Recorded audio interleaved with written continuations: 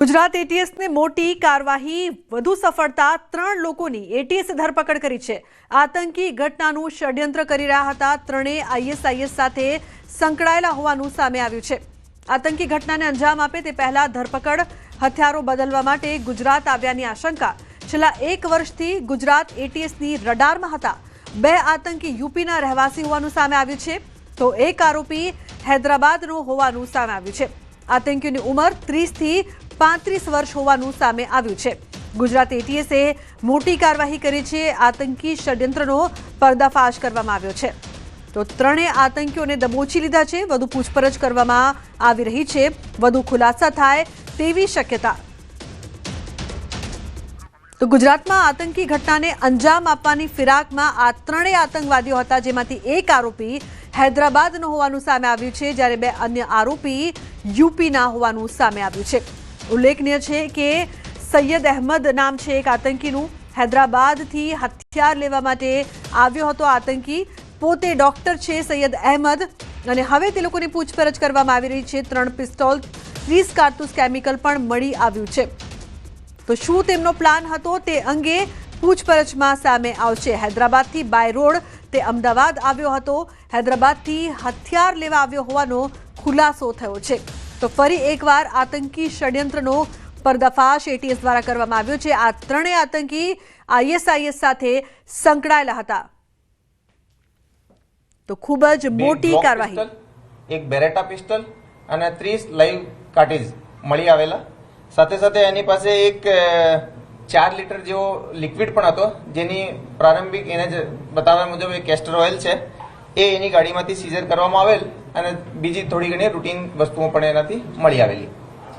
એની detail interrogation કરવામાં આવેલી। ઇન્ટ્રોગેશનમાં સૌથી પહેલા આ પૂછપરછ કરવામાં આવેલો કે ભાઈ એનો શું ઇતિહાસ છે।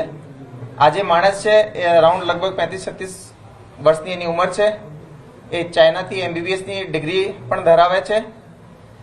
ઘણો બધો સ્ટડીની રીતે લેંગ્વેજની રીતે ઘણો જાણકાર માણસ છે। એ સોશિયલ મીડિયા ઉપર ઘણી બધી ફોરેન એન્ટિટી જોડે કોન્ટેક્ટમાં હતો।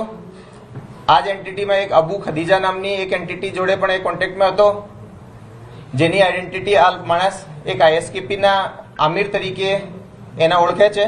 રાઇઝિન નામનો એક બહુ પોટેન્ટ બહુ અતિ શક્તિશાળી ઝેર હોય છે, એને બનાવવા માટેની પ્રક્રિયા એ હાથ ધરેલ હતી, જેના માટે જે રો મટીરિયલ છે, કેમિકલ ચીજો કેમિકલ્સ છે અને જે ઇક્વિપમેન્ટ્સ આને જરૂરી હોય છે એ બધા પણ એના દ્વારા પ્રોક્યોર કરી લેવામાં આવેલ હતા। એના દ્વારા એ પ્રારંભિક જે એની પ્રોસિજર છે એ પણ ચાલુ કરી દીધી હતી અને એના પુરાવા અમને એના ફોનમાંથી જ મળી આવેલા છે। મોટી કાર્યવાહી છે। 3 લોકોની એટીએસે ધરપકડ કરી છે। આતંકી ઘટનાનું ષડયંત્ર આ ત્રણેય લોકો કરી રહ્યા હતા। ત્રણેય આઈએસઆઈએસ સાથે સંકળાયેલા હોવાનું પણ સામે આવ્યું છે। કોઈ આતંકી ઘટનાને તેઓ અંજામ આપે ગુજરાતમાં તે પહેલા જ તેમની ધરપકડ કરી લેવામાં આવી છે। ઉલ્લેખનીય છે કે હથિયારો બદલવા માટે તેઓ ગુજરાત આવ્યાની આશંકા હાલ સેવામાં આવી રહી છે। પૂછપરછમાં વધુ ખુલાસા થશે। છેલ્લા 1 વર્ષથી ગુજરાત એટીએસની રડારમાં આ ત્રણેય આતંકવાદીઓ હતા। ત્રણેય નજરમાં હતા। 2 આતંકી યુપીના રહેવાસી હોવાનું સામે આવ્યું તો એક આરોપી હૈદરાબાદનો હોવાનું સામે આવ્યું છે। આતંકવાદીઓની ઉંમર 30 થી 35 વર્ષ હોવાનું પણ સામે આવ્યું છે। આઈએસઆઈએસ સાથે જોડાયેલા આ 3 આતંકીઓને એટીએસે દબોચ્યા છે। સાયનાઇડ કરતા પણ ખતરનાક ઝેર બનાવવાનો ઈરાદો તેમનો હતો। 3 પિસ્તોલ 30 કારતૂસ અને કેમિકલ કબજે કરાયું છે। ડોક્ટર અહેમદ ઝિલાની વ્યવસાયે ડોક્ટર છે। ચીનમાંથી એમબીબીએસનો અભ્યાસ તેણે કર્યો છે। ડોક્ટર સૈયદનો મોટો હુમલો કરવાનો પ્લાન હતો। પૈસા એકત્રિત કરી અને આતંકી હુમલાનો પ્લાન તેઓ કરી રહ્યા હતા। હનુમાનગઢ ખાતેથી મેળવી હતી વસ્તુઓ ઝેર પાવડર ફોર્મમાં તૈયાર કરવાનો હતો। ખાવામાં તેનો ઉપયોગ કરીને ઘટનાને અંજામ આપવાના હતા તો ખૂબ જ મોટું ષડયંત્ર છે રચીને આવ્યા હતા, પરંતુ તે આતંકી ઘટનાને અંજામ આપે તે પહેલા જ એટીએસે તેમને દબોચ્યા છે। તેમની ધરપકડ કરવામાં આવી છે અને વધુ ખુલાસા થશે પૂછપરછમાં। તેમની સાથે કોણ અન્ય લોકો પણ સંકળાયેલા હતા તે અંગે પણ જાણકારી સામે આવશે।